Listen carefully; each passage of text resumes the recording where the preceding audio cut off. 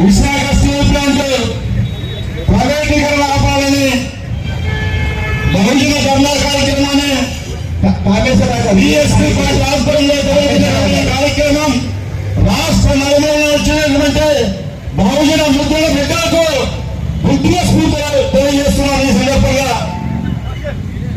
Vizag steel plant ఒక ఉద్యమాల పునరుద్ధరణ ఏర్పాటైంది. సూటిగా చెప్పే అంశం ఏంటంటే ఆనాడు బీజేపీ ప్రభుత్వము, జగన్మోహన్ రెడ్డి గారి ప్రభుత్వము ప్రైవేటీకరణ చేయాలని ఆ రోజు పునాది చేస్తే ఈ రోజు బీజేపీ ప్రభుత్వము కూటమి కోసం కలిసి విశాఖ స్టీల్ ప్లాంట్ ను ప్రైవేటీకరణ చేయాలనేటువంటి అంశాన్ని ప్రారంభోత్సవానికి సిద్ధమవుతున్నారని ఈ సందర్భంగా మనము ఈయన కుట్రలను తెలియజేసుకోవాలి. ఈరోజు వైజాగ్ స్టీల్ ప్లాంట్ అంటే ప్రపంచ వ్యాప్తంగా ఒక బ్రాండ్.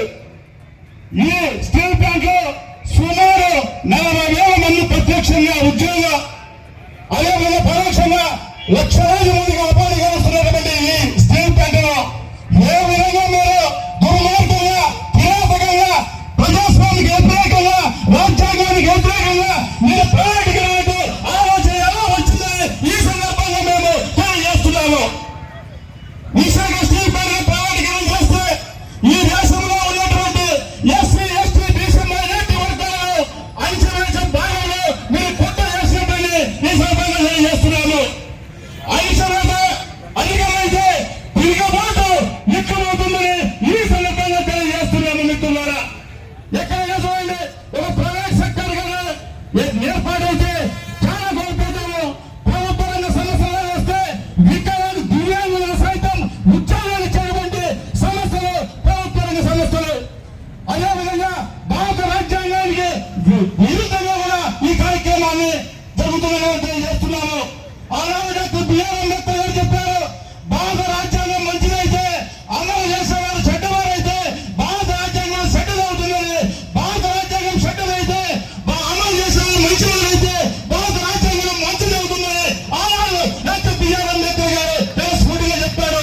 మరి ఈ ఘటనలో మీరు మంచివారు, సెడ్డవారని మీరు ఆత్మ పరిశీలన చేసుకోవాలని పాలకులు అడుగుతున్నాం, హెచ్చరిస్తున్నాం.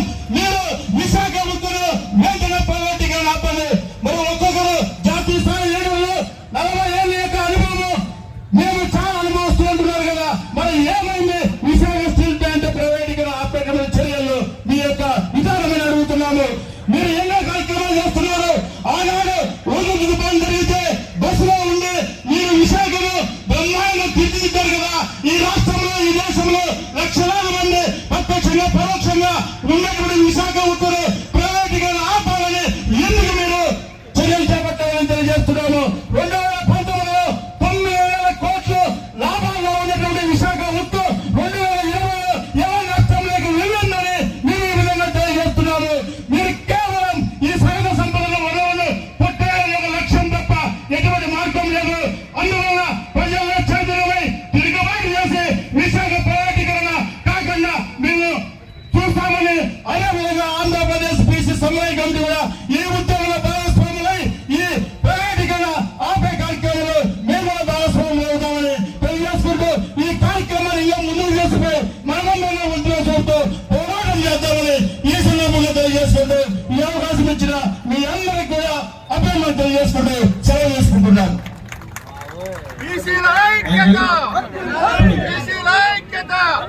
ఎస్సీ, ఎస్టీ, బీసీ, మైనారిటీల ఐక్యత.